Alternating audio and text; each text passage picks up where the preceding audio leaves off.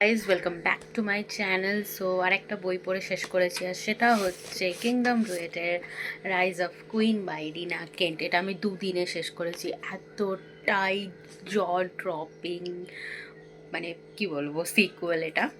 তো rain of king যে বইটা ছিল ওটার সিকুয়েল হচ্ছে এটা, rise of queen nothing is fair in love by Rina Kent. এটাতে আমরা অরোরার কি হয়েছে এবং আগের যেগুলো ছিল ক্লিফ হ্যাঙ্গার, সেগুলোর অনেক কিছুর উত্তর আমি এই বইটায় পেয়েছি, সেটাই তোমাদের সাথে শেয়ার করব। তো সবার আগে ব্লার্বটা আমি যেটা আছে সেটা তোমাদেরকে পড়ে শোনাই, দেন বলছি আমার স্টোরিটা কীরকম লেগেছে। Nothing is fair in love. This is my kingdom, my territory. I own everything and control everyone, Aurora included. She shouldn't have barged into my world with no armor. She shouldn't have caught my attention with no warning. Alas, she did. Then she thought she could disappear. If a battle is what it will take to protect and own her, I'll shed blood. Wars aren't fair, and neither am I.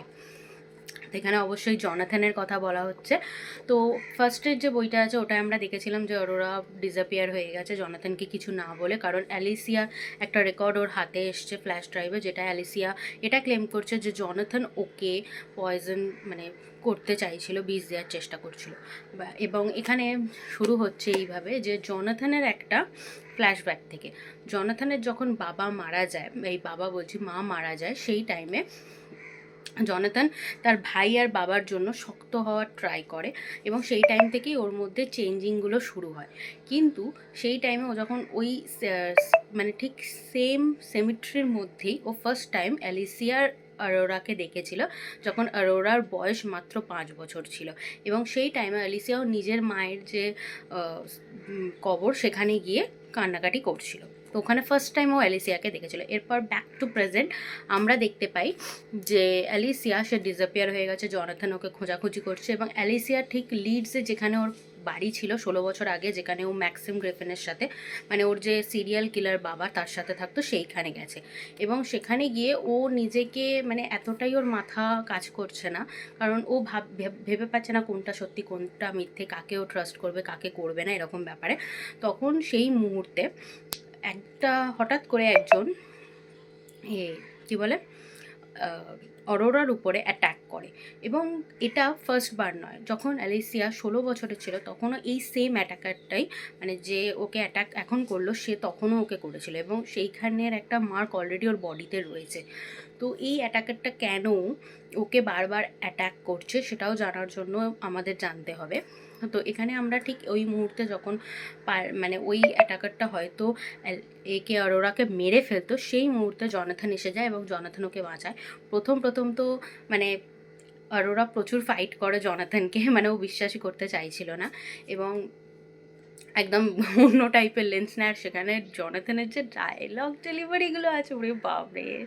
তো যাই হোক, এবং তারপরে এইরকম একটা phrase আসে যখন মানে জনাথন অরোরাকে বলে যে আমি তোমাকে ঘরের বাইরে বেরোতে দেবো না, কেন তুমি এরকম স্পাইরাল হচ্ছ বা তোমার কেন এরকম আনহিঞ্জড বিহেভিয়ার হচ্ছে, আমাকে সেটার উত্তর না দিয়েছো যে তুমি আমাকে ছেড়ে কেন গেলে।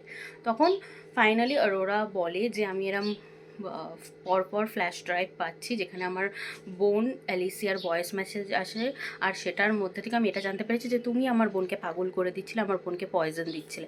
কিন্তু যখন জনাথন ওকে জিজ্ঞেস করে যে এই ফ্ল্যাশ ড্রাইভগুলো কোথায় আছে, তখন ও বলে আমার গাড়ির গ্লোভ বক্সে আছে। এবং যখন জনাথন তার লোককে পাঠায় সেখানে সেটা খুঁজে পাওয়া যায় না কোনো ফ্ল্যাশ ড্রাইভে।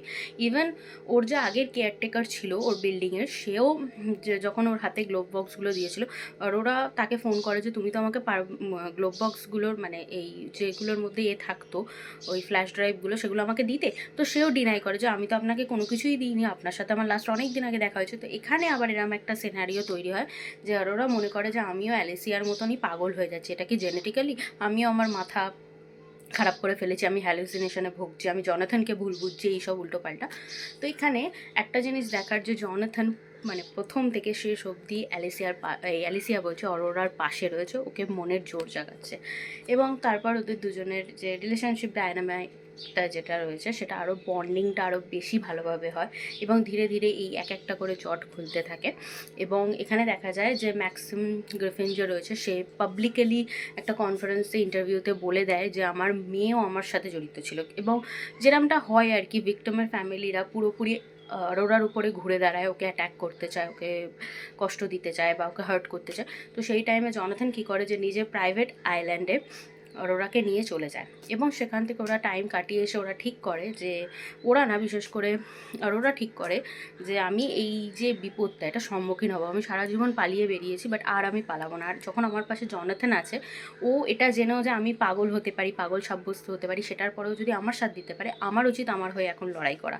তো এখানে যখন সবটা ঠিকঠাক হচ্ছে, এবার এখানে হচ্ছে আসল জট খোলে যে জনাথনের বাড়িতে যে দুজন মেন চাকর ছিল, যে মার্গট বলে মহিলা ছিলেন রান্না করতেন, আর টম বলে যে বাটলারটা ছিল, তারা দুজনই হচ্ছে অরোরার উপরে অ্যাটাক করছিল। কারণ এই যে অরোরার যে বাবা ম্যাক্সিম গ্রিফিন, তার যে ফার্স্ট ভিকটিম, তার ফ্যামিলি মেম্বার ছিল এরা।